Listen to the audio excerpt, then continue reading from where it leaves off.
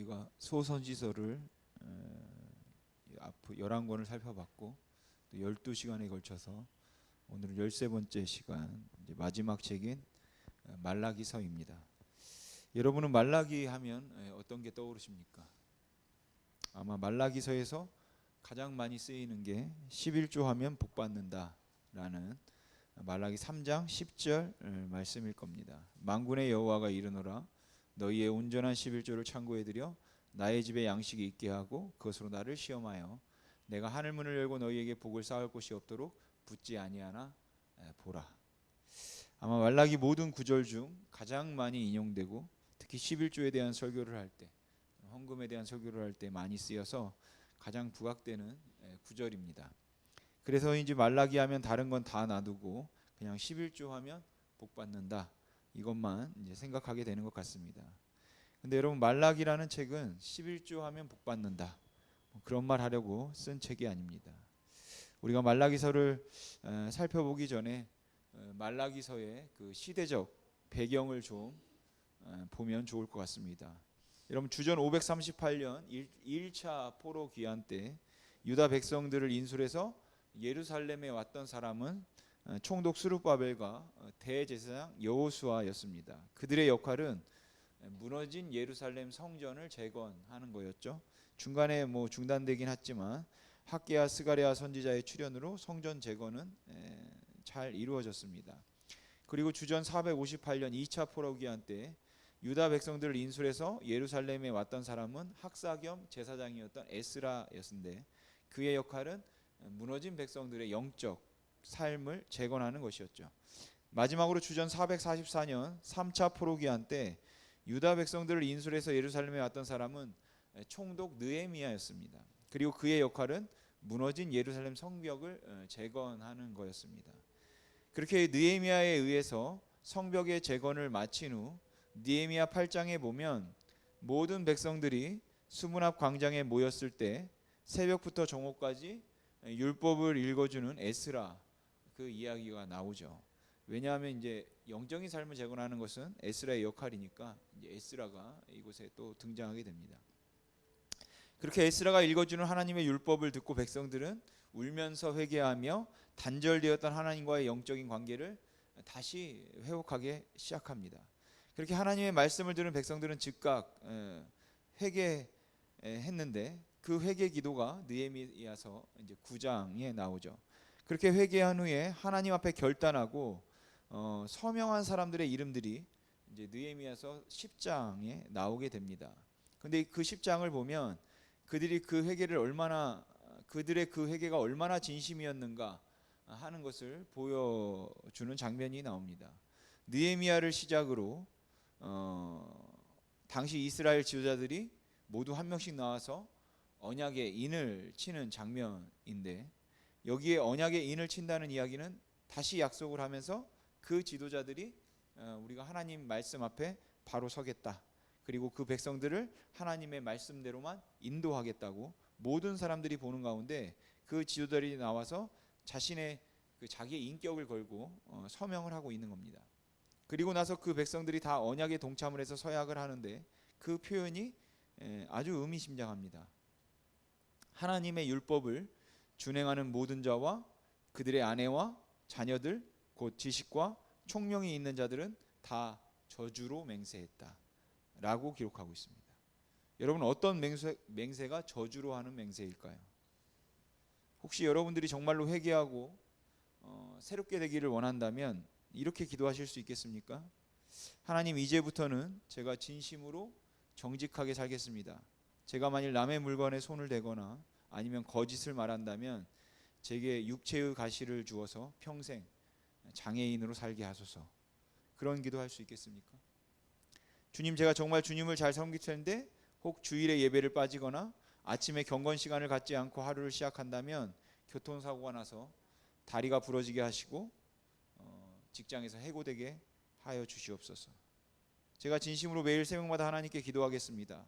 제가 만일 새벽 기도를 빠진다면 제 아내가 저보다 오래 살면서 제가 제일 싫어하는 스타일의 남자와 재혼해서 행복하게 하소서.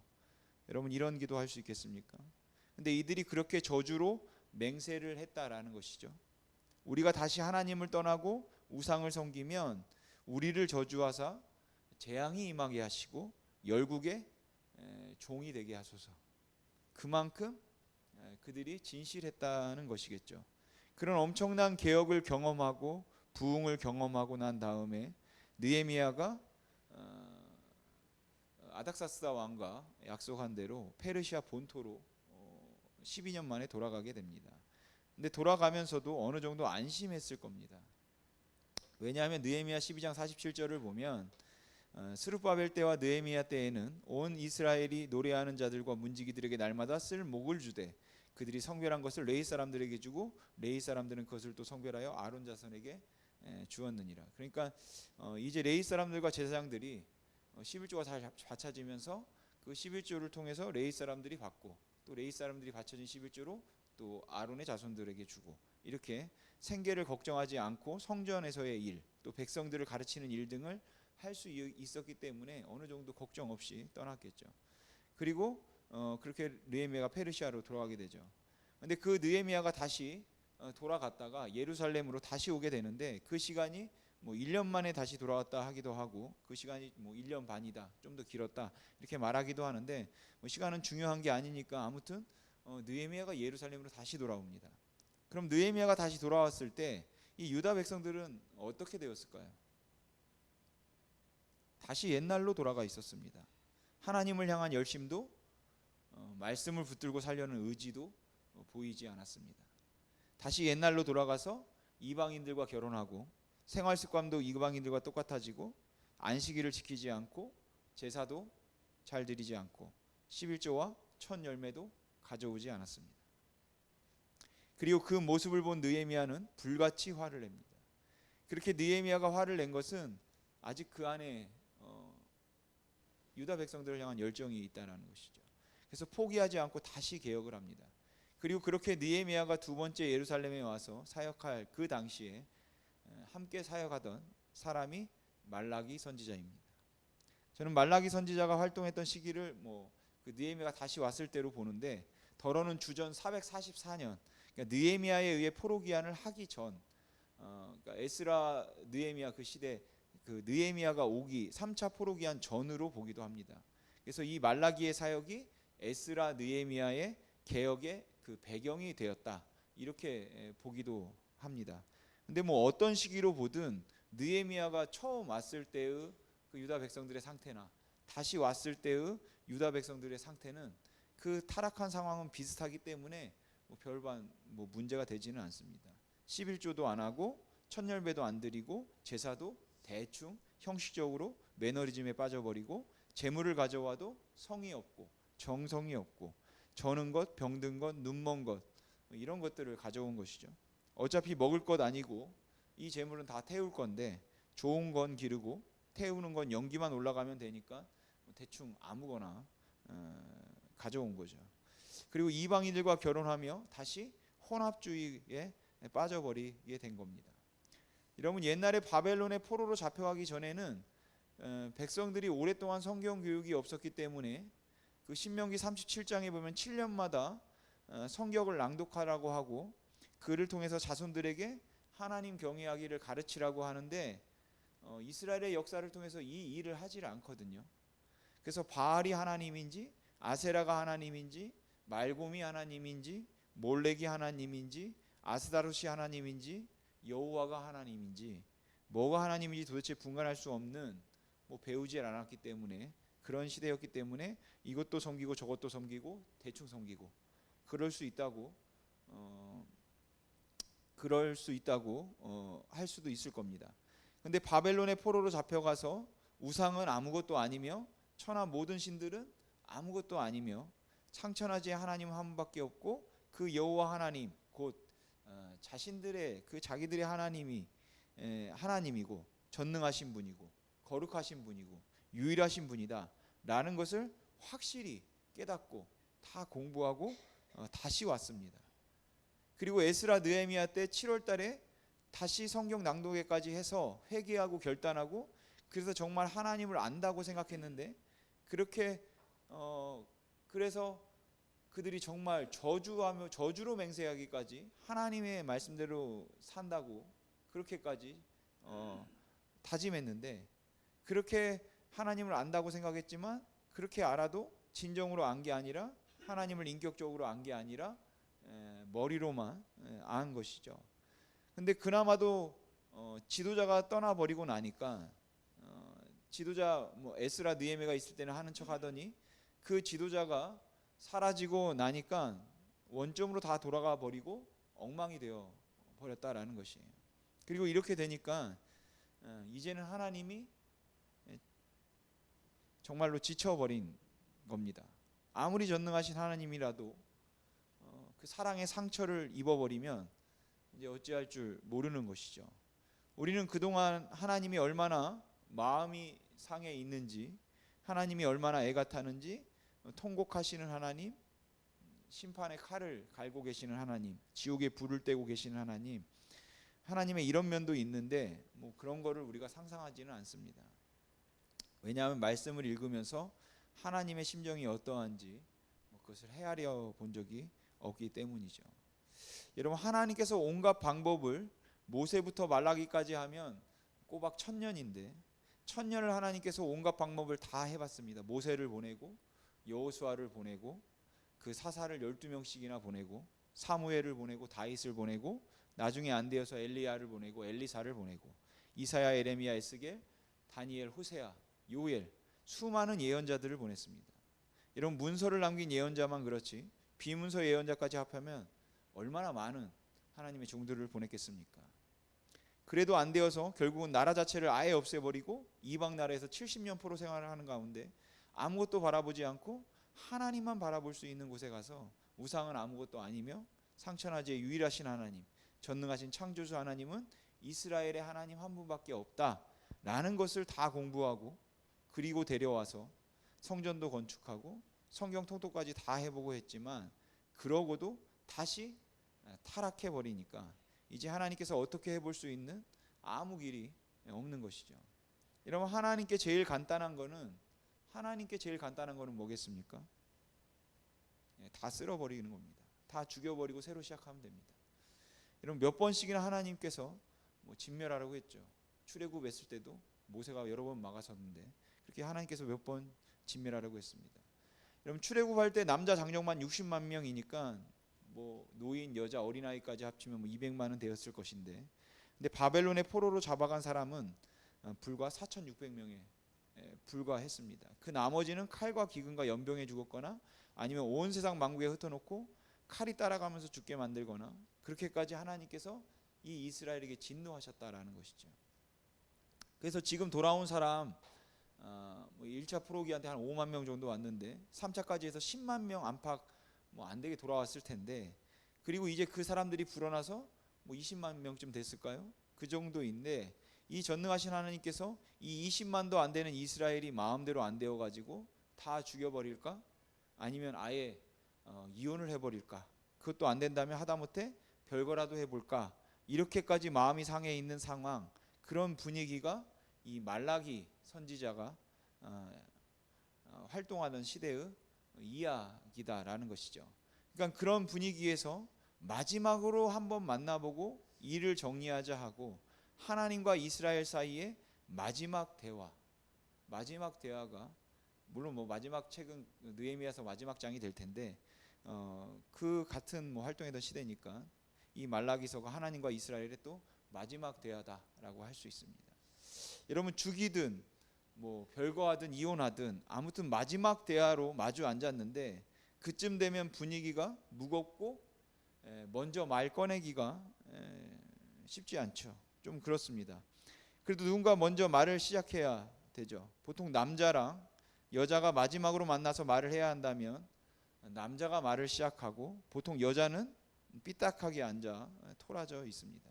그래서 남자가 내 인생이 정말 이렇게 될 줄 누가 알았나, 내가 하는 말을 당신 액면대로 다 수용하는지는 모르지만 그래도 내가 분명히 말하는데 내가 당신을 사랑한 것만큼은 사실이다, 그렇게 말하면 여자가 삐딱하게 앉아있다가 두 눈 부릅뜨고 대들면서 당신이 나를 뭘 사랑했냐, 구체적으로 어떻게 나를 사랑했냐 뭐 이렇게 나오는 것이죠. 드라마 보면 보통 뭐 이렇던데 말라기가 뭐 이런 상황입니다. 말라기 처음 우리가 읽어 나갈 때 하나님이 남자로서 말하고 이스라엘 백성들은 여자로서 뭐 이런 드라마에 나오는 이런 상황이라고 할 수 있습니다.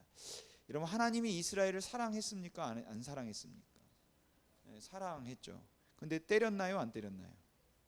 때렸습니다. 에스겔서에 보면 하나님께서 핏덩이 이스라엘을 아비로 걷어 핏덩이로 버려진 이스라엘을 하나님께서 불쌍히 여겨서 내가 얘를 걷어서 키워야겠다. 그래서 아비로서 그들을 걷어 키운 분이 하나님이십니다. 그러니까 아비의 마음으로 잘못 가고 있는 이스라엘을 징계한 것이죠. 근데 이게 한두 번이 아니라 가뭄으로, 기근으로, 연병으로, 전쟁으로 엄청 맞습니다. 그리고 맞은 건 기억이 확실하거든요. 그래서 사랑받은 기억은 온데간데 없고 얻어맞은 기억만 확실한 거예요. 그러니까 하나님께서 내가 너희를 사랑하였노라 라고 말을 시작하는데 거기에 대고 그냥 대드는 것이죠. 주께서 어떻게 우리를 사랑했습니까? 여러분, 그 말 듣자마자 그 한마디가 하나님 가슴에 얼마나 큰 충격과 쇼크를 줬던지 그날 이후로 하나님이 400년간 말을 안 하십니다. 세례 요한 때까지. 모세부터 말라기까지 하나님이 1000년을 사랑했는데 1000년의 사랑을 한마디로 묵살해서 하나님께서 어떻게 우리를 사랑하셨나이까 라고 하니까 하나님이 얼마나 속이 상하시겠습니까? 하나님께서 1000년의 사랑이 무참히 물살당해 가지고 마음에 큰 상처를 입고 그날 이후 400년간 말을 못할 지경인 그 어마어마한 이야기가 이 말라기라는 책인 것입니다. 그러면서 구약의 문이 쾅 닫히고 하나님이 떠나버리시죠. 대화가 안 되니까요. 무슨 말을 해도 꼬박꼬박 말대꾸하고 6번에 걸쳐서 이제 그런 장면들이 말라기서에 나오는데, 그래서 자기들의 잘못을 깨닫지도 못하고 시인도 하지 않고 이렇게 하기 때문에 하나님께서 문을 닫아버리고 떠나서 400년간 어떤 예언자도 보내지 않았습니다. 여러분, 이렇게 가슴 아픈 정말 슬픈 대화, 하나님의 1000년의 사랑이 이런 지하에 묵살당하는데 그런 기가 막힌 책인 말라기를 가지고 하나님의 심정을 한치도 헤아리지 못하고 기껏 한다는 소리가 11조 하면 복 받는다. 그러면 어떻게 하겠습니까? 여러분, 예수님 오셨을 때 11조 땡전 하나 안 떼어 먹고 철저하게 바치고 정말 양념의 11조까지 바쳤던, 그리고 안식일을 그렇게 철저히 지키던 바리새인들을 향해서 하신 예수님의 평가는 독사의 자식들이었습니다. 물론 여러분, 하나님의 은혜에 우리가 그 사랑을 알게 되면 11조보다 더한 것도 바치겠죠. 그러니까 11조보다 더 중요한 것은 하나님의 사랑을 깨닫고 하나님을 사랑하는 마음으로 드려야 되는 것이지, 복받을 욕심으로 바친다면 그것은 바리새인들보다 전혀 나을 게 없는 것이죠. 기껏 우리가 11조 바치는 목적이, 하나님께 헌금을 하는 목적이 복받을 욕심으로 바친다면 그 얼마나 계산적인 신앙입니까? 그건 신앙이 아니라 거래입니다. 거래. 여러분, 아무리 11조 열심히 바치고 예배를 그렇게 철저히 드려도 하나님께서 너희 속에 나를 사랑하는 것이 없는 것을 내가 알았노라 하면 그걸로 끝장인 것이에요. 근데 그렇게 하나님을 향한 그들의 마음이, 이스라엘 백성들의 마음이 냉담해지고 그들의 예배가 아무렇게나 드려진 정말 형식적 의무 이상이 되지 못하게 된 것은 이스라엘 백성들만의 책임이거나 그들이 겪는 그 현실이 어려워서 고통 때문만은 아니었다라는 것이죠. 여기에는 그 레위 사람들, 또 제사장들, 그 백성을 진리로 인도해야 할 지도자들의 책임이 있었다라는 것이에요. 그래서 하나님께서는 지도자들인 제사장들의 책임을 다루십니다. 그러면서 하나님께서 하시는 처음 말씀이 뭐냐면, 내 이름을 멸시하는 제사장들아 라는 것이에요. 내 이름을 멸시하는 제사장들아. 그들은 하나님께 드리는 제물을 하찮게 여겼고 아무거나 드리면 된다, 이런 생각을 했습니다. 그래서 백성들은 병들고 다리 절고 눈먼 짐승, 버려도 아깝지 않는 짐승을 제물로 가져왔고 제사장들은 그것을 아무 문제 없이 받았다라는 것이죠. 백성들은 제사를 저는 거라도 드렸으니까 됐다 이렇게 생각했을 것입니다. 그 증거가 1장 12절 13절입니다. 우리 같이 한번 표준 세번역인데 우리 여기 앞에 보시고 같이 한번 읽어보겠습니다. 시작. 근데 너희는 주께 차려드리는 상쯤은 더러워져도 괜찮아 하면서 너희들도 싫어하는 음식을 제물이라고 그 위에 바치니 너희는 지금 내 이름을 더럽히고 있다. 너희는 또 이 얼마나 실증나는 일인가 하고 말하며 제물을 멸시한다. 나 만군의 주가 말한다. 너희가 훔쳤거나 절뚝거리거나 병든 짐승을 제물이라고 가져오니 내가 그것을 너희에게 달갑게 받겠느냐? 나 주가 말한다. 이 하나님의 대답은 정성스러운 제물을 정말 좋은 것을 제대로 드리라 이런 의미는 아닐 겁니다. 그러니까 제물의 양과 정성이 부족한 것이 문제가 아니라 하나님을 멸시한 것이죠. 하나님을 소홀히 대하고 하나님을 만홀히 여긴 것입니다. 하나님을 경외하지 않음이 문제인 것이에요. 그러면서 그들은 9절을 보면 하나님께 은혜를 구했고 불쌍히 여겨달라고 기도했다라는 거죠. 자기들은 그렇게 하면서 그래도 우리를 불쌍히 여겨주고 하나님의 은혜를 구했다라는 거죠. 근데 여러분 이런 일이 우리 삶에는 없습니까?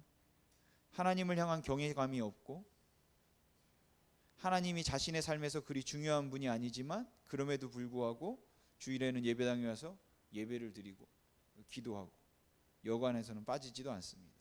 그런데 하나님께서 그것을 지금 지적하고 계시는 것이죠. 외면과 형식으로는 흠잡을 데가 없습니다. 그러나 그들의 마음은 식었고 하나님을 향한 애정이 없었으며 마음 중심에는 하나님을 향한 어떠한 경외감도 없었다라는 것이죠. 제사장들이나 유다 백성은 자기들이 빠짐없이 제물을 가지고 와서 때 되면 제사를 드렸기에 우리는 됐다. 그래서 이 사실에 근거해서 하나님은 당연히 자기들의 기도하는 것에 응답해 주셔야 한다 이렇게 생각했던 것이죠. 하지만 하나님께서 자신들이 기도하고 바라는 대로 응답하시지 않자 그 종교생활, 종교적인 유의 속에서 하나님을 향한 섭섭함과 그 냉담함은 점점 더 깊어져 갔던 것입니다. 여러분 신앙생활은 하나님을 더 사랑하고 인내하게 하지만 종교생활은 하면 할수록 점점 더 마음을 굳게 하고 냉담하게 합니다. 왜냐하면 종교생활은 근본적으로 자기가 한 것에 근거하기 때문입니다. 그러면서 하나님은 레위와 세운 언약을 회상하시죠. 말라기 2장 4절에서 6절 말씀인데 우리 같이 한번 읽어보겠습니다. 시작. 만군의 여호와가 이르노라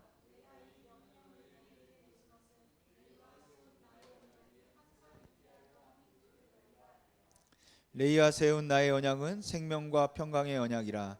내가 이것을 그에게 준 것은 그로 경외하게 하려 함이라. 그가 나를 경외하고 내 이름을 두려워하였으며 그의 입에는 진리의 법이 있었고 그의 입술에는 불의함이 없었으며 그가 화평함과 정직함으로 나와 동행하며 많은 사람을 돌이켜 죄악에서 떠나게 하였느니라. 아멘. 레위와 세운 나의 언약은 출애굽 그 옛날 출애굽 당시 광야에서 바알볼 사건을 가리키는 것입니다. 민수기 25장에 나오는 이스라엘 남자들이 모압과 미디안 사건들의 성적 유혹에 빠져서 바알 숭배 예식에 참여하고 이방 여인들과 음행을 저지름으로써 큰 배교를 행했을 때 하나님께서는 진노하셔서 이 일에 가담한 모든 남자를 다 죽여라 이렇게 명하시죠. 근데 이런 상황에서 이스라엘 백성들이 울고 있을 때 한 겁없는 지도자가 미디안 수령의 한 딸을 데리고 회중 가운데 자기 장막으로 들어갑니다. 이때 대제사장 아론의 손자 비느하스가 창을 들고 그들을 따라 장막으로 들어가 그 두 사람을 한 번에 함께 뚫어 죽여버리는데 그 일로 하나님의 진노로 퍼져가던 연병이 그 비느하스의 일로 인해서 멈추게 돼요. 그리고 그때 하나님께서는 제사장 아론의 손자 엘르아살의 아들 비느하스가 내 질투심으로 질투하여 이스라엘 자손 중에서 내 노를 돌이켜서 내 질투심으로 그들을 소멸하지 않게 하였도다 라고 하시면서 평화의 언약, 즉 그와 그의 후손에게 영원한 제사장 직분의 언약을 주셨습니다. 지금 말라기에서 하나님께서 언급하신 레위와 세운 나의 언약은 바로 이 사건을 가리킵니다.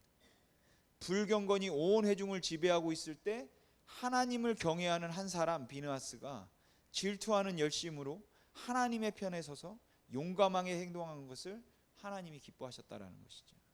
말라기 2장 5절과 6절에서 말씀한 대로 비느하스는 하나님을 경외하고 하나님의 이름을 두려워하였으며 그 입에 진리의 법이 있었고 그의 입술에는 불의함이 없었으며 화평함과 정직함으로 하나님과 동행하며 많은 사람들을 돌이켜 죄악에서 떠나게 했습니다. 바로 이런 사람이 제사장이라는 것이에요. 그러나 말라기 선지자 시대의 제사장들은 도리어 자신들이 옳은 길에서 떠났을 뿐만 아니라 많은 사람으로 하여금 율법을 범하게 하는 존재들이었다라는 거죠. 제사장들은 있었지만 그 기능을 제대로 하지 못했다. 11조는 있었지만 그 기능을 제대로 하지 못했다라는 거죠. 여러분, 하나님을 향한 사랑이 식으면 예배가 형식화되는 것은 당연한 귀결입니다.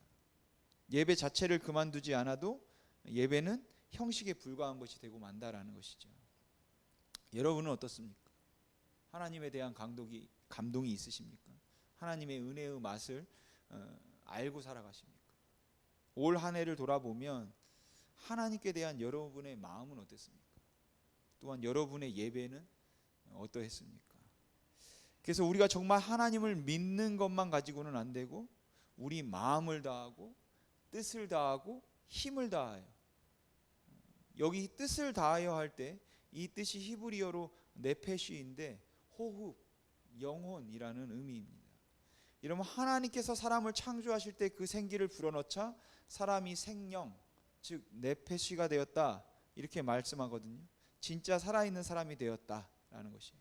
그러니까 이 뜻은 우리가 그냥 뜻을 정했다, 목표를 세웠다, 이런 게 아니라 마음을 다하고 뜻을 다하고 힘을 다하여는 호흡, 즉 목숨을 걸었다는 겁니다.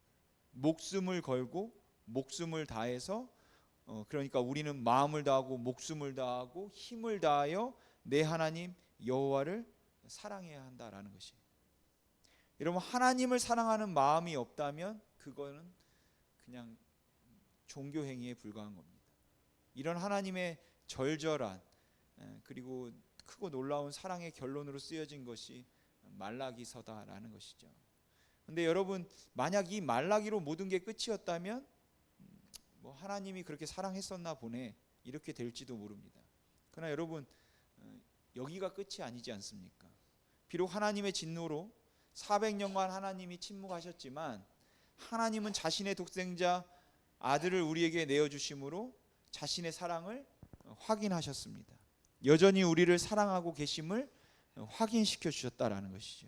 모세를 보내도, 엘리야를 보내도, 영감의 갑절인 엘리사를 보내도, 여러 다른 선지자를 보내도 하나님의 사랑을 여전히 깨닫지 못하기 때문에 하나님이 직접 사람이 되어 오셔서 그 사랑을 확증하셨다라는 것이에요.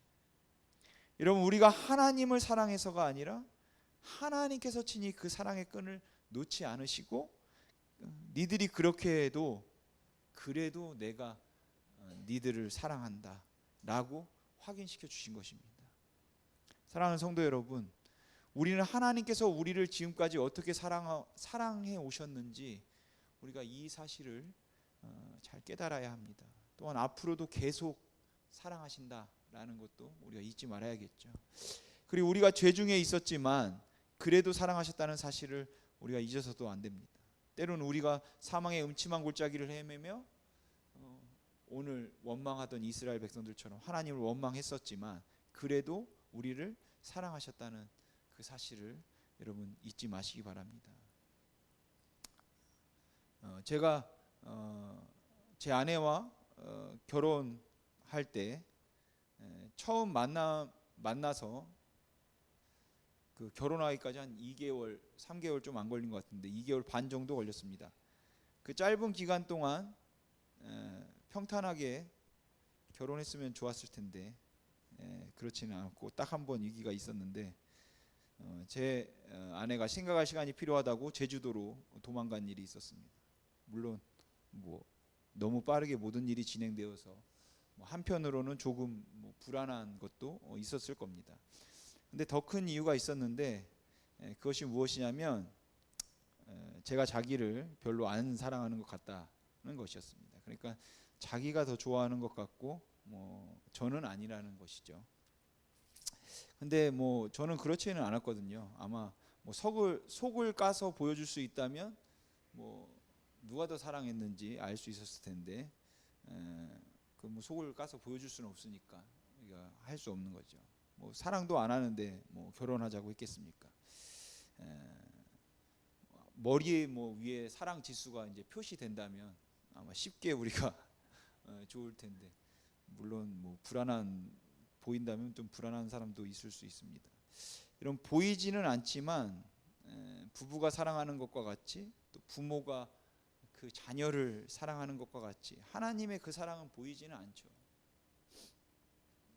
우리가 지나온 세월을 돌아볼 때는 또 어렴풋이 그 사랑을 느끼긴 하지만 우리가 살아갈 때 닥치는 현실 가운데 보이지 않습니다. 그러나 여전히 어떤 상황에서도 하나님은 우리를 여전히 사랑하신다는 것을 잊지 마시길 바랍니다.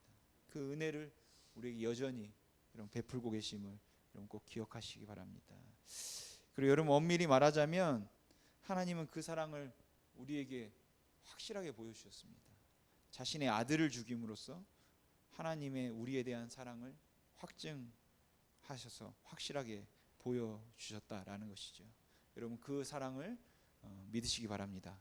그리고 항상 하나님의 이 사랑에 힘입어 승리하시는 저와 여러분 되시기를 주님의 이름으로 소망합니다. 기도하겠습니다.